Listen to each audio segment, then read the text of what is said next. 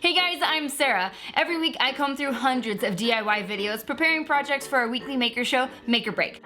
Along the way, I find some good ones and some great ones. And right now, I'm gonna share them with you. This is Sarah's top 5 DIY woodworking clamps.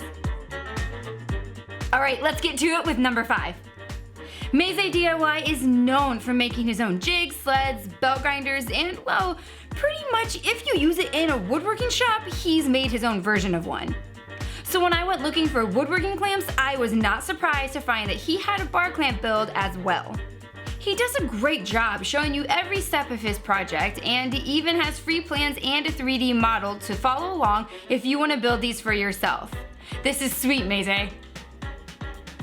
Wood's workshop is number 4. Alex made his wooden clamps using ash wood, plywood, and some nuts and bolts. Pretty simple, right? Ash is a pretty strong wood, which makes them perfect for enduring the pressure of clamping. He started by making all of the little cubes that would hold the nuts and bolts. Those will be attached to the wooden bar in just a little bit. Once he got the bars cut to length, plain down, and silky smooth, it was time to assemble everything. Plus, a little personalization never hurt. Look how cool these are! Pask Makes is number 3. Neil set out to make homemade bar clamps, and these ones actually still have metal bars in them. But don't worry, they are still easy to make and way cheaper than buying steel ones. He used some square tubing and glued threaded rods to them for the bars, and while the glue was drying, he got busy cutting down all of the pine pieces that he needed for the feet. He used a template that he made for these so that they would all be uniform. Next, he cut nuts in half to act as a little guide for the threaded rod to travel up and down the bar when clamping down on a project. After some sanding and final assembly, these DIY clamps are ready for work. Number 2 is none other than Izzy Swan.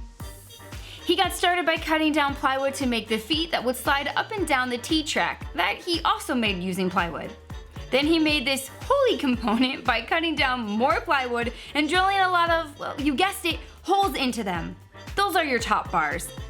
The final requirement for building your own clamps are the elements that will actually clamp the material down, and he simply used a dowel and bolt and nut for these. This is so simple. Once he got those all put together, all that was left was finishing the wood with paste wax so that your project doesn't actually get glued down to the clamps. Voila! Ready for a glue up. Finally, coming in at number 1 is John High's I Build It. Normally, John tackles builds like this using tools and materials that are pretty common to most woodworkers. But in this build, he wanted to make the very best version that he could with the tools and supplies he has access to. So if you don't have all of these materials and equipment, that's okay. He made these clamps using mostly ash wood, but also used some cherry wood as well, which I really like. And I love that he addressed that you probably need a clamp in order to make a clamp, but don't worry, he made his own mini version of those as well. John does a fabulous job guiding you through every step of his process and gives you great advice along the way. So if you're looking to build some heavy-duty clamps, this is the video you won't want to miss. Okay, so I hope this helped you if you are on the mission to build some clamps of your own. And if you're not, I hope you enjoyed it anyway.